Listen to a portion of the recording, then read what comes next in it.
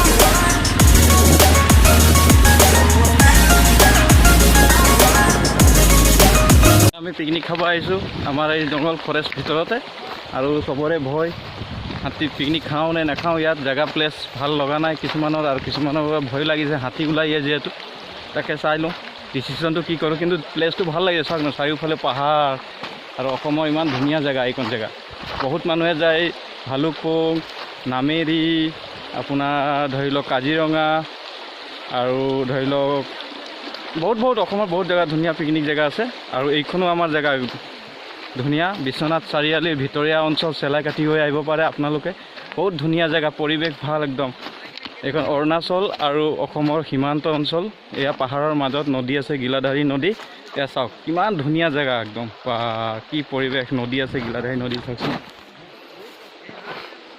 এয়া চাওক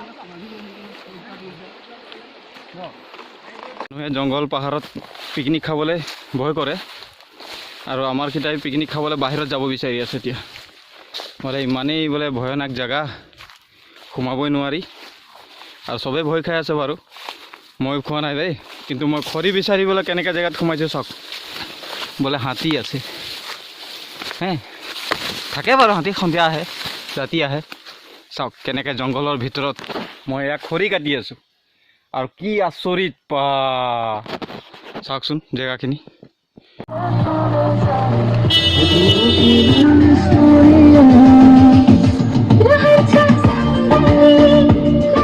আমি ঘৰৰ পৰা দেখিলে পাহাৰখিনি দেখোঁ একদম ওখ ওখকৈ এতিয়া পাহাৰৰ পৰা আপোনালোকে চাব তলত কেনেকৈ দেখি চাওক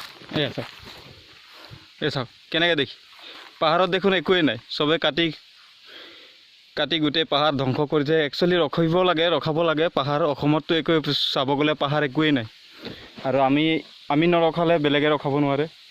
আৰু ইয়াতো চবকে আহ্বান জনাইছোঁ, আৰু ফৰেষ্ট ডিপাৰ্টমেণ্টে একচুৱেলি চাব লাগে, পাহাৰখিনি বচাব লাগে। এয়া আমাৰ সম্পদ। বিশেষকৈ বনৰীয়া জীৱ জন্তু থাকিবলৈ জেগা নোহোৱা হৈ এইকাৰণে ঘৰে গাঁৱে যাবলৈ ধৰিছে হাতী। সেইকাৰণে চাব লাগে। চাওক পাহাৰত একোৱেই নাই। চাওক ওপৰত কেনেকৈ ঘৰ বনাইছে, জংঘলৰ মাজত। চাওক কিমান ধুনীয়া ঘৰ বনাই খেতি কৰিছে। ইয়াত ক'ত জীৱ জন্তু থাকিব চাওকচোন। সেইফালে জংঘল, এইফালে জংঘল, এই মাজতে ঘৰ। চাওক ইয়াৰ মানুহে থাকে দেখোন। তেনেকৈ ক'ত হ'ব? আমাৰ পৰিৱেশটো কেনেকৈ নষ্ট হৈছে চাইছে। এয়া আমাৰ অসম অৰুণাচল সীমান্ত অঞ্চল। এতিয়া গিলাধাৰী বুলি কয় জেগাখন। চাওক এসময়ত ইয়াত আলফা ডেৰা বুলি কয়, আলফা কেম্প বুলি কয়। এসময়ত এইটো আলফা কেম্প আছিলে। আলফা ইয়াত ট্ৰেইনিং কৰিছিলে, আৰু এইখন জেগাতে আলফা কেম্প বুলি কয়, আলফা পাহাৰ বুলি কয় এইখন। এই গোটেই চিভিল আছে ওপৰৰ পাহাৰৰ ওপৰত। চাওক তলত খেতি কৰে। এয়া চাওক তলত নদী দেখি নাপায় বাৰু, নদী আছে, গিলাধাৰী নদী। আমাৰ পিকনিক প্লেচ ধুনীয়াকৈ এইখন জেগাই কয় আলফা পাহাৰ। এতিয়া মানুহৰ আলফাই ট্ৰেইনিং মাৰিছিলে প্ৰথম যেতিয়া আলফা ওলাইছিলে। জেগাকে কৈ আলফাৰ কেম্প আছিলে ইয়াতে। এইখন নাম থাকি গ'ল আলফা কেম্প বুলি। এইখন জেগাই কয় আলফা কেম্প দেই।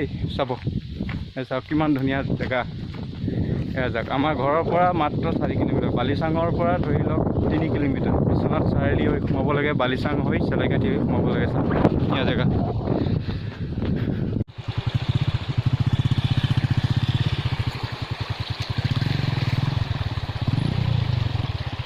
ভাত বনাব কোনো নাজানে, কিন্তু মাংস হৈ গ'ল এইফালে। ৰঞ্জিত বনা যা, ৰঞ্জিত বনা। মাংস সিজিছে। এটা কাম কৰক, মাংস সিজিলে নাই? এই গামলাত দিছোঁ। নাই এইটো আহিব। ইয়াত বনাই দিব হেৰি तो भात आधा ले राजा ना जैकने वो कोई ने उधर आधा बने को जा वो तो भात आधा ले राजा लेके झुराल ना মাংস দে খালি তো ফটো রইছে একদম লটপটে বাবা কোন ভাত হালেন করে চলা মা সবৰে ভাত শেষ হৈ গ'ল। এতিয়া মোৰ ভাত আছে, এইটো মাংসৰ হেৰি খালী হৈ গৈছে, আৰু মোৰ ভাত খালী হৈ গৈছে। এই চাওক চবেই ৰখি আছে। ভাত শেষ, ভাত শেষ চবৰে। এতিয়া চবেই ভাত বিচাৰিছে, ভাতেই নাই। এতিয়া চাওঁ এই জংঘলত ক'ৰ পৰা ভাত চাউল আনি পেলাই কোনে বনাব বা। এতিয়া গাওঁ দিয়ক। পিকনিকৰ পৰা ঘৰ গুচি গ'ল। মই জংঘলৰ ভিতৰতে আছোঁ। মানুহ এঘৰত সোমাই পেলাই বগৰী ছিগি আছোঁ। বগৰী কিয় ঘৰত কৈছিলে যে বগৰী ক'ৰবাত পালে আনিবি বুলি পেলাই বগৰী অকণ ছিগিলোঁ। আকৌ বগৰীখিনি লৈ যাম, এচাৰ বনাম বুলি কৈছে মায়ে। যিহেতু এচাৰ খাই ভাল পাওঁ মই, বিশেষকৈ ভাতৰ লগত কি চব্জি ভাল নহ'লেও এচাৰ অকণ হ'লে ভাল লাগে। বলক এচাৰকণ বনাই খাওঁ। আগতে আপোনাক দেখাম ভিডিঅ'খিনি। বলক। পিকনিকটো খাই আহি ভাল পালোঁ বাৰু। গোটেই হাঁহি ফূৰ্তিৰ মাজতে, নাটনিৰ মাজতে পিকনিক খালোঁ। কি হয় আপোনালোকে দেখি ভাল পাব যিহেতু। আৰু আপোনালোকে নতুনকৈ হৈ যদি ছাবস্ক্ৰাইব কৰি দিব। আৰু মোৰ চেনেলটো অতি মানে কম খৰচত কম বাজেটত চলে বুলি চেনেল নকয় জানো, মই তেনেকৈ চেনেল বনাইছোঁ। যদি ভাল পায় ছাবস্ক্ৰাইব কৰিব, লাইক এটা মাৰি দিব। ধন্যবাদ, থেংক ইউ।